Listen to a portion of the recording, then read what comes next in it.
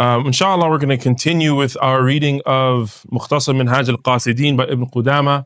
The chapter this week we're going over is Kitab Sharh Ajaib al-Qalb, the chapter that explains the miracles or the strangenesses of the heart, as found in the English translation, the destructive flaws of the heart.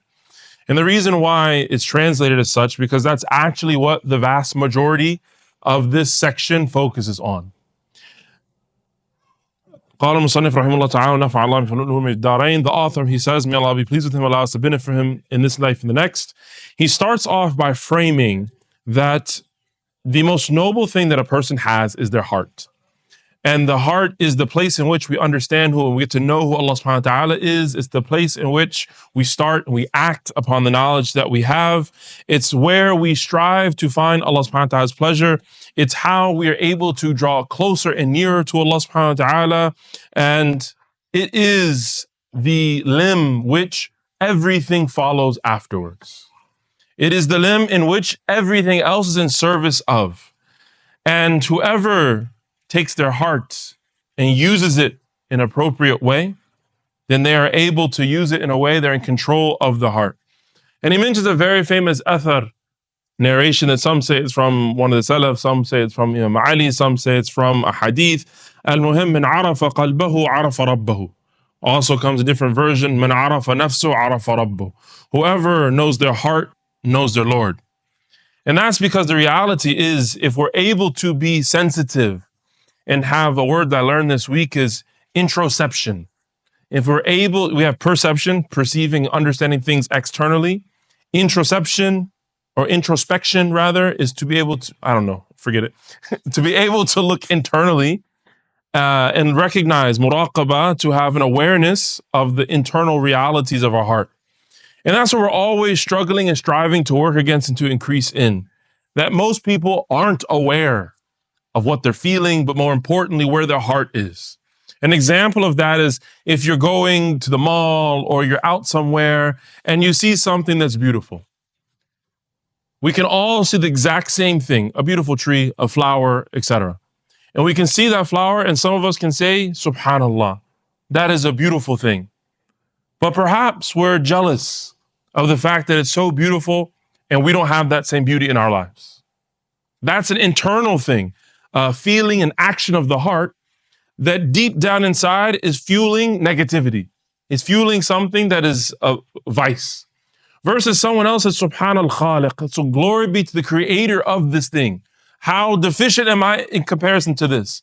And that sends them down an entire rabbit hole of reflecting on the magnificence of Allah subhanahu wa ta'ala. Both of them are looking at the same thing. But the internal disposition of their heart is what is going to affect and reflect the rest of their actions, or the rest of their action will reflect. And so we're all struggling and striving to be aware of our heart so that we can recognize that, as Ibn Qudama mentions, that understanding and recognizing, knowing our heart and its characteristics is the foundation of our deen. Everything else is struggling and striving to correct the heart. And it is the foundation of the path of those who are journeying or sojourning to Allah subhanahu wa ta'ala. Everything else is we're struggling and striving to rectify our heart. As the hadith of Prophet Muhammad said, Ala inna fil jasadi mudghah. Is it not that you find in the heart, in the body, there's a morsel of flesh. If it's upright, if it's corrected, then the rest of the body is correct. And if it's corrupt, then the rest of the body is corrupt. No doubt that is nothing other than the heart. This comes directly from the Prophet Muhammad sallallahu. Ibn Qudama continues on to say that the heart is the foundation that is receptive to guidance. Our heart is naturally receptive to guidance. And that can either be guided by our desires, that can be guided by our carnal desires and just our wants in general. That can be guided also by the guidance of Allah subhanahu wa ta'ala, the sunnah of the Prophet Muhammad sallallahu alayhi wa sallam. And this is why we have to be careful, because the metaphor that he gives a little bit later is that our heart is like a castle, a fortress. And every fortress has to be protected. And if we don't protect the fortress, then it's susceptible to enemy coming in. But in order for you to correct the fortress, you have to know that different entrances, the weak points of that fortress. And so that's what we're struggling and striving to. That's why he's mentioning all of these different things so that we can protect our heart from the different avenues in which shaitan is going to come in. And that's what the rest of our discussion this evening is going to be about. What are the different entrances, the different ways in which shaitan can come to try to get our heart? Now, as we've mentioned many times before, this is a summary of a summary. So it's almost like bullet point form. I'm not going to read all of them, but we're going to try to summarize, inshallah, and contextualize. So he starts off with saying that from the greatest entry points for the shaitan is, subhanAllah, it stood out to me, hasad and hirs, which two things actually we don't usually look at to be in the same vein. Hasad is envy or jealousy. Hirs is passion. Now, why would he mention these two together? He says because when a person is haris, is passionate, is diligent about something, then they can become blind to the things that they're passionate about. They can become consumed with whatever it is they're trying to do. And when that happens, then they can forget about Allah subhanahu wa ta'ala and shaitan can come in. But likewise, when someone is envious, then this opens an opportunity for shaitan.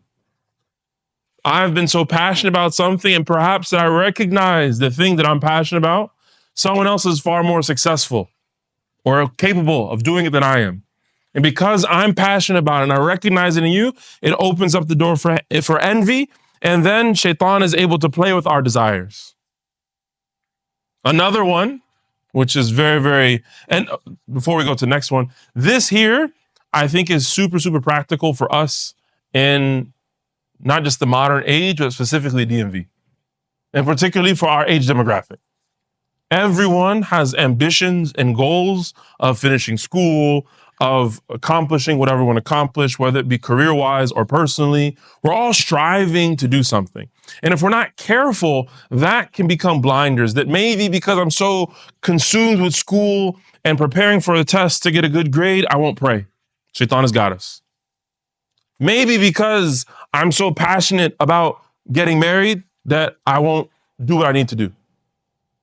And so we just have to be very, very careful, not only what our passions are, what things we're actually striving, what we want to achieve, and making sure that it's principled in how it is that we're going about it. Making sure that we're not deviating from that which Allah subhanahu wa ta'ala told us, but also we're not allowing shaitan a door for us to come in. Another thing that he mentions is anger and desires, but also being sharp. That when someone becomes angry, it's possible for them to become so consumed with their anger that they forget about and they lose consciousness of what is they're actually trying to achieve. And then that is something shaitan can play with. As it's narrated that Iblis says, if a servant is sharp, if a servant is being, what's the word I'm looking for?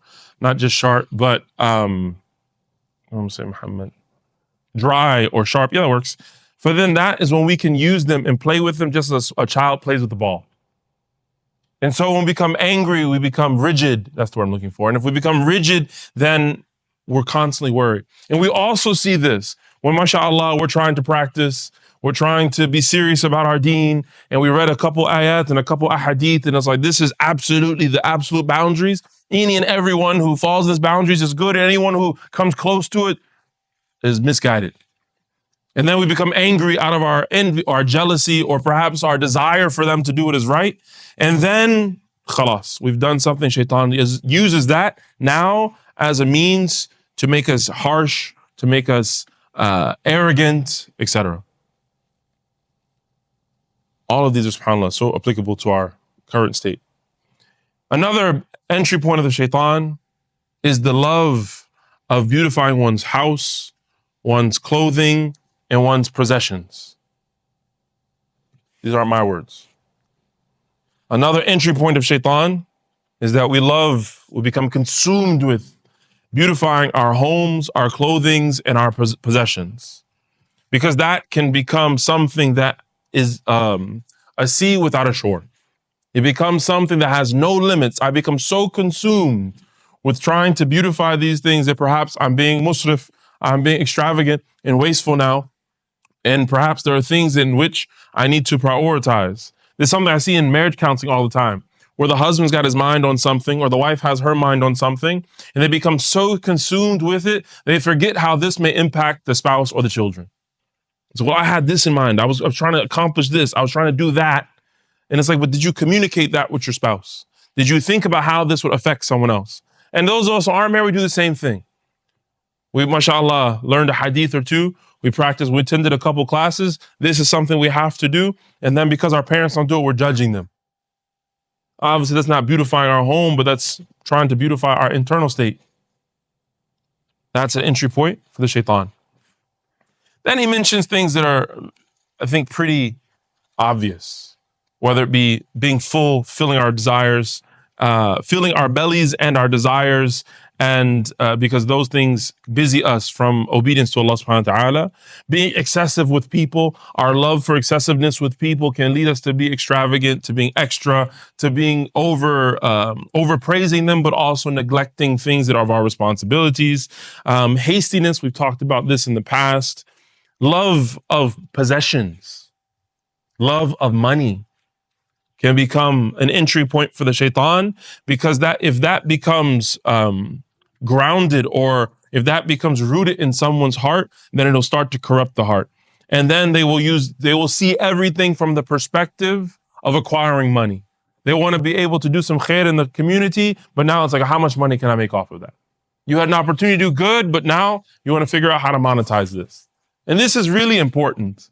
How often is our world and the culture that we live in shaped around monetizing everything? Things that could have been just a community service, things that could have been just a khidmah that uplifts everyone, whether it be the external things or more minute things. Everyone finds a way to trademark it and monetize it. And then now I have to pay for something that I can go get somewhere else for dirt cheap. But we're going to skip over some things. And then he says one of the entry points of shaitan to our hearts is having a negative perception of Muslims.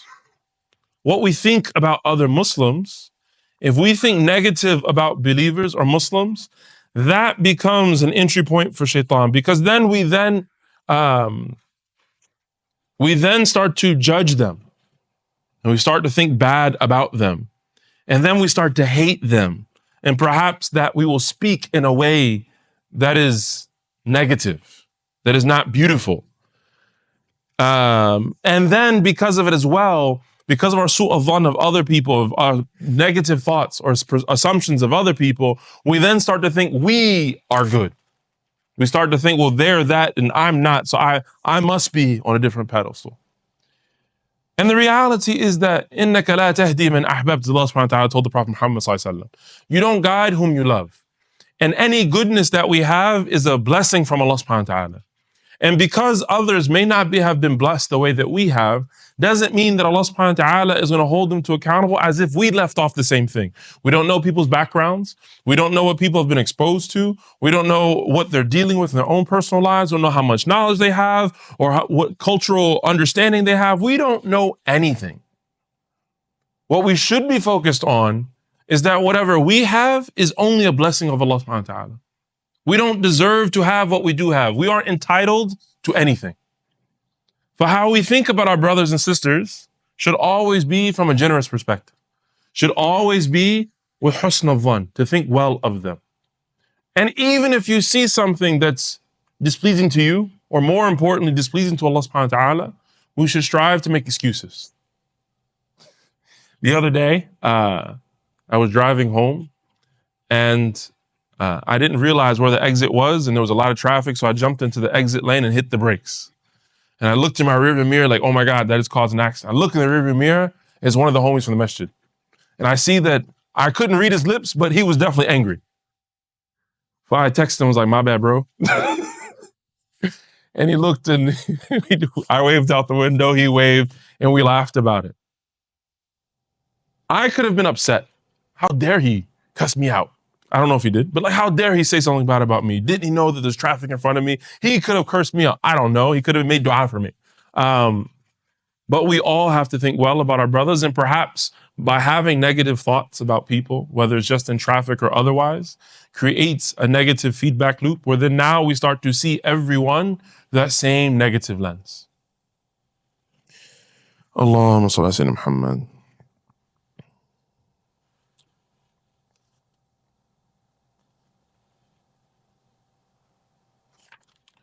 طيب. What Ibn Qudama goes on to mention next is essentially that words alone don't suffice. That we have to walk the walk and not just talk the talk. And this is like really important, particularly for people who are trying to practice. MashaAllah, you got a class on a Wednesday night. That means there's something there, inshallah. We've all been blessed in some way to come to a masjid on Wednesday night. But we have to make sure that we're actually doing that mujahada, that struggle with and against ourselves. It's not sufficient to just say, oh, I want to work better. It's not sufficient for us to espouse that we are good people, but we have to do and practice what it is. The examples that Ibn Qudama gives is if a dog is attacking you, a hungry dog is attacking you, and you have some meat or some bread or something, you're not just going to tell the dog, shut up. You're not just going to stop barking or leave me alone. You're going to try to let go of anything that is distracting you from your goal, which is being safe. So you're going to let go of the meat to protect your body. And so we have to make sure that when we are struggling and striving to be better, that we're willing to sacrifice and really walk the walk. Whatever things that we're holding on to, that meat that's in our hands or that bread that we have, we're willing to sacrifice it for the sake of Allah subhanahu wa ta'ala.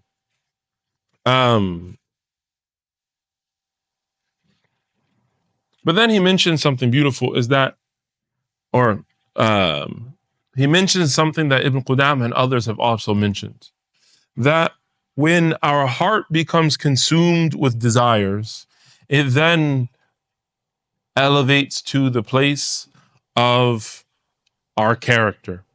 And when it elevates to the depths of our character and then into the depths of our heart, it becomes a place that shaitan can now sit. A place for shaitan to be in control over. We all have desires, but we got to fight them. And we got to try to rid ourselves of them so they don't overcome us. And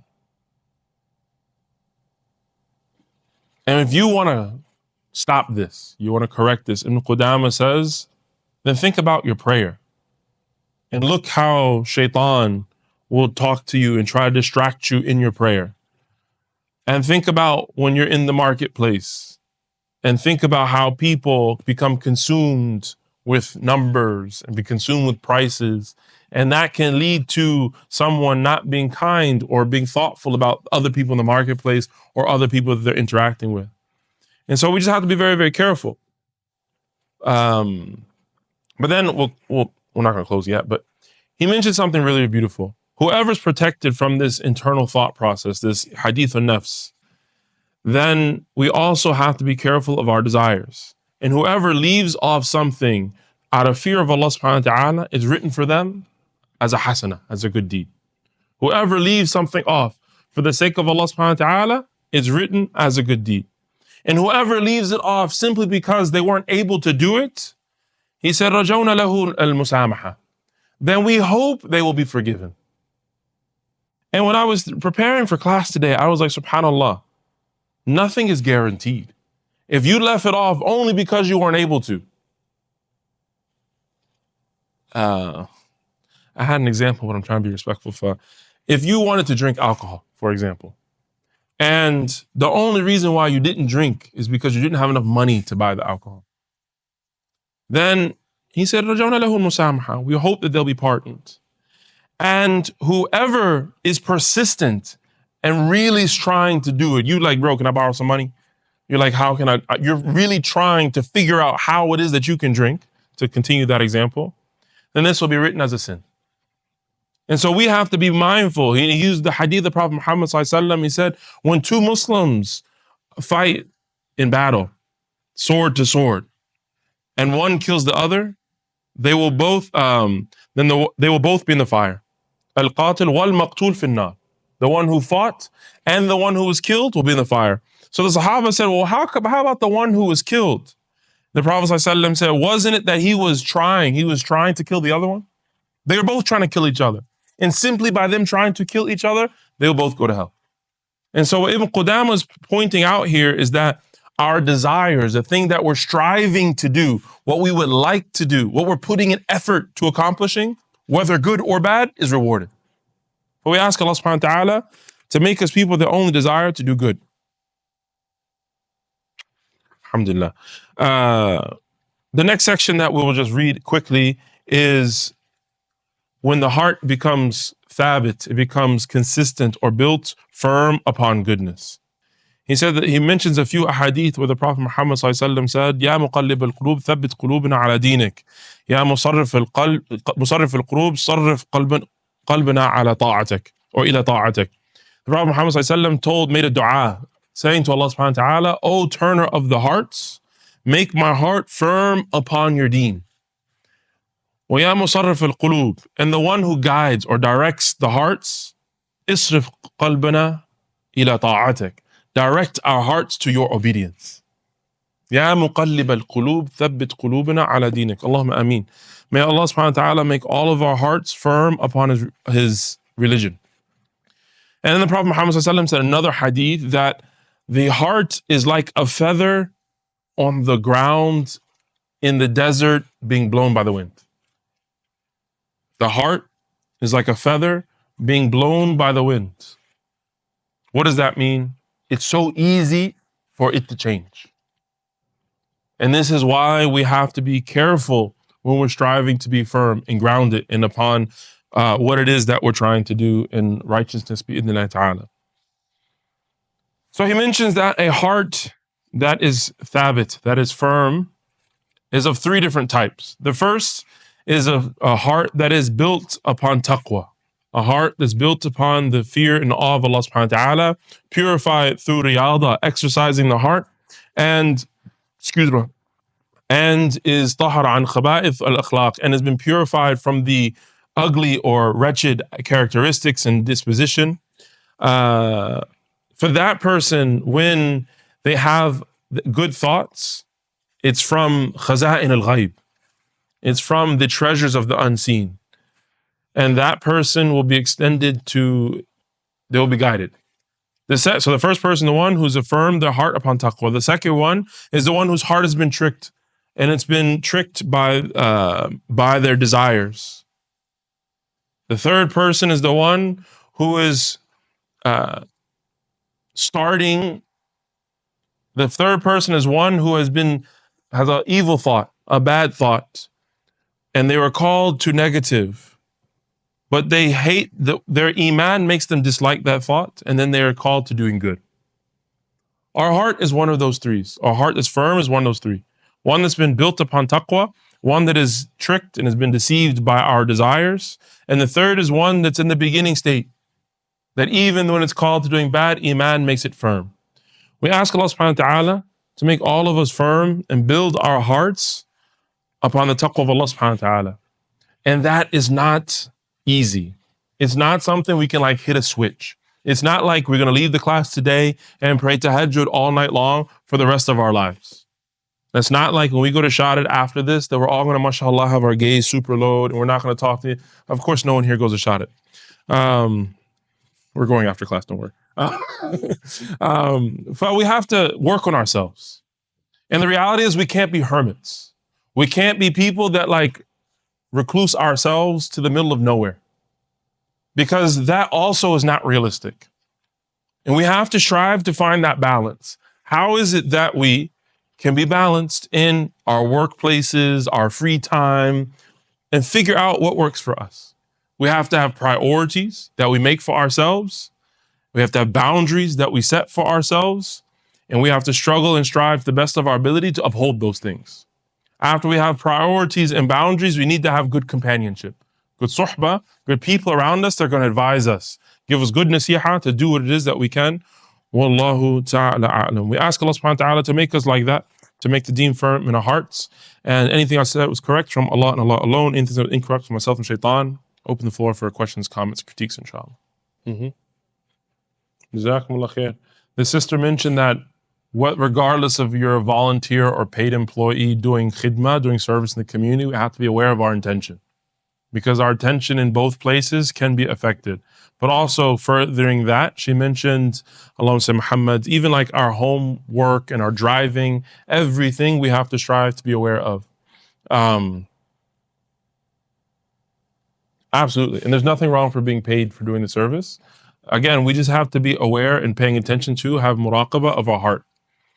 Because it's so easy that we can do something purely showing off. I remember one time I was cleaning the bathrooms and I was so arrogant. I was like, I hope they see me as the imam cleaning the bathrooms. I was like, you're an idiot. You're cleaning the bathroom. Just clean the bathroom. Like, why are you being arrogant right now? Just shut up and do what you have to do. The bathroom's dirty, clean it. So we just have to be aware of what it is that we're doing. But also your last point about Allahumma Muhammad, even like menial tasks, small things, we can try to be more intentional about what we're doing. My kids have a vacation now. I think I don't know about Fairfax County, Loudoun County does. And they're with my mom. May Allah bless my mom. The day the girls had left earlier, just me and my son in the house. And in the mornings, may Allah bless him, he loves to talk. He loves to talk. And in the mornings, I hate talking. I want to do no talking until I'm fully awake. But I knew he was going to leave. So I said, Baba, can you get my headphones for me? Because that's when I listen to my podcast, listen to my audio book. And he came back down with my headphones like, man, I'm not going to see this dude for like 4 or 5 days. Let me not listen to my podcast and listen to him. And it was grueling, I'm going to be honest. He was talking about nothing. But I was striving against myself to, inshallah, be like a little bit present for like 5-10 minutes before I go to school. Eventually I was like, yeah, go read your book, Baba. But, you know, we try and it's not easy. Those small things can become forms of ibadah. May Allah accept. The question was, when you have a good intention to do something good, and either you're narrating that story or even while you're doing that story or while you're doing that deed, you recognize your intention has changed. What should you do? First and foremost, don't tell a lot of stories. Take it from me. It's not a good thing to do. As far as when you should first and foremost strive to only tell stories to those people you know and trust. Protecting yourself from envy and jealousy. Again, trust me, don't tell a lot of stories. Allah musta'an. Then if you notice that while you're acting or while you're telling a story, your heart changes. Our hearts aren't like cars that like get in a lane and they're stuck there. Khalas, you felt some arrogance. You say, I'm sorry, Jim. You like the fact that you are mindful of it. Just all right, now move away. It's like, you know, cars that have like autopilot or whatever, your car, and notices another car, it like jumps back. You got to do that. You just got to recognize, astaghfirullah, let me get back over here. That doesn't need to be like a drawn out thing. It doesn't need to be performative. You start telling a story like alhamdulillah, we have the ability to be mindful of our thoughts. So as you're telling it, like astaghfirullah, keep telling your story. If you find yourself started doing some ibadah, you had a good intention while you started, but after that, some auntie came in and was like, mashallah, you're so good, mashallah. And keep your head down. The reality is what people see is only their perception of us. It's not our real reality. It's only what they think of us. The same person or two different people can see the same thing from a completely different perspective. Nor does it reflect what's actually inside of us. For what they say, may Allah bless them for their good thoughts. Keep working. Do, act, and Allah subhanahu wa ta'ala will see your deeds. Allah. It's a good question, actually. The question is, can someone have two intentions about a thing? An example, he said, if I'm teaching my son something, can I have an intention that I will get hasanat from it? And if he does it, it will make my life easier. You can have two intentions. It's not what's best. Why? The second intention, you benefit from. And by you intending to benefit from something, you are taking from what you could have left for the next life. That's not to say that we don't want good. We all want good. But if we can truly strive to make our intention purely for Allah, regardless of what manifests of it, then that's better. Also, from a worldly perspective, if we teach something hoping that we will get a reward from it, when we don't, it's easy for us to become entitled and upset and disappointed. It's better for us from a worldly perspective and a spiritual perspective to only focus on striving to please Allah subhanahu wa ta'ala. Again, we're humans. It's only natural that we have expectations, that we have wants, we have things, but we're constantly striving to rid ourselves of those. No. Again, none of the things we mentioned today are wrong in and of themselves. They can be used by shaitan to be an entry point to our hearts. You being passionate, we need passionate Muslims. I'm extremely passionate, probably in a bad way. But we have to make sure, as you mentioned, the ayah, رَبَّنَا آتِنَا فِي الدُّنْيَا حَسَنَةً وَفِي الْآخِرَةِ حَسَنَةً. Oh Allah, give us in this dunya hasana, good, and in the next life, good. We don't live lives to be depressed or to be hateful or negative about the world. We want the khair of it, all of it. And some of the biggest goals that we're going to ever accomplish are going to come through passion. The Prophet Muhammad ﷺ said, "Ihras ala ma yanfa'uk." Be diligent, be passionate about what's going to benefit you. Seek the aid of Allah and don't give up, don't wither. For passion is not bad in of itself. It's only that we have to be principled in our passion so that it doesn't become consuming. You want to become a doctor? Beautiful. We need doctors. Maybe your intention is you're going to serve the Muslim community. You're going to go abroad and help children some other place. You want to just make a livelihood for your family. Kullu khair. It's all good. But if that becomes a reason for you to neglect your family, for you to neglect your body, for you to neglect your salah, all of that, then we need to fine tune. Wallahu a'lam. There's a quote from Ibn Umar, I believe. It's in Riyadh al-Salihin, work for the dunya, or plan for the dunya as if you're going to live forever, and live in it as if you're going to die tomorrow. So plan, have passions, strive to figure out what your life's going to be. And this is like really important, I think, for young people. Success is not achieved instantly. First of all, success is amorphous. It's not like definite. A lot of times, for young people especially, we think of success as one thing, or we just think we're going to achieve quote unquote success. The reality is the more success you achieve, whether it be a dunyawi or a religious perspective, you always want more. And the problem is that those things we can always, it's a never ending moving goalpost. And you will only achieve success through hard work, dedication, heartbreak, failure. And through that is how you learn. No one that achieved any type of success, think about anyone that you look up to as, or deem to be successful, they went through hell and back. And so we have to make sure that as we're thinking and we're trying to be passionate, we have goals, that we set short-term and long-term goals. Or if we have long-term goals, we reverse engineer them to make them smart, specific, measurable, attainable, reasonable, and time-bound. Like, make sure there are practical things that we can actually achieve. Wallahu a'lam. It's a good question. We talked about having husn al-dhann, good thoughts about people. What about when your natural disposition, or you generally find yourself assuming bad of people? You're just a horrible person. The reality is we're all predisposed to being different, right? Some of us are far more, like my mashayikh, my teachers, say, AbdulMalik, you are a certified hater. My teachers have told me this. I am certified, critical, and analytical of everything, and I always find the negative aspects of it. May Allah bless my wife for dealing with me. Now I have to work against it.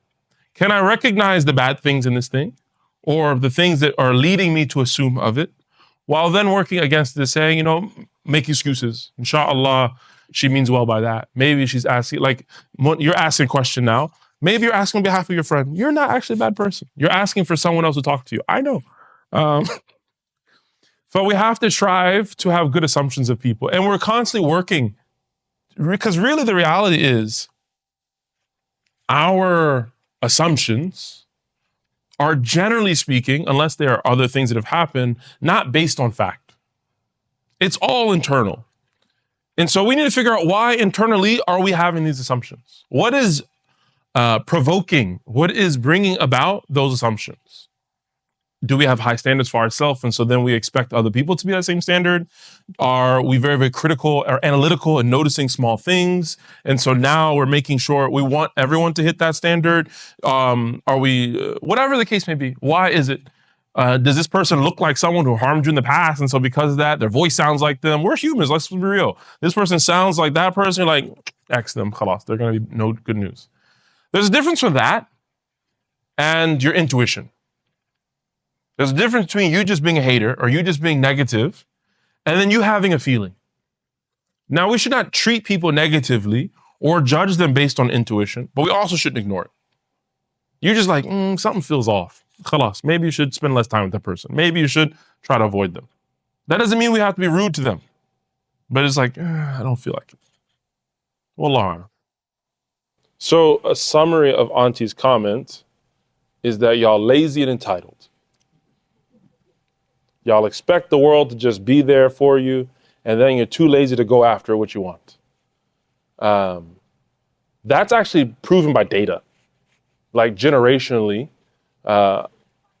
absolutely. So like I'm not making assumptions, but there's millennials. Gen X was one way. There's millennials.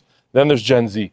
And how each responds to, like, how we raise children, assertiveness, all of these things have changed. We're not going to look up Jean Twenge, Gene, I think her name is Twenge, Twenge. She's a generational sociologist who has multiple books on it. Generation Me, iGen, etc.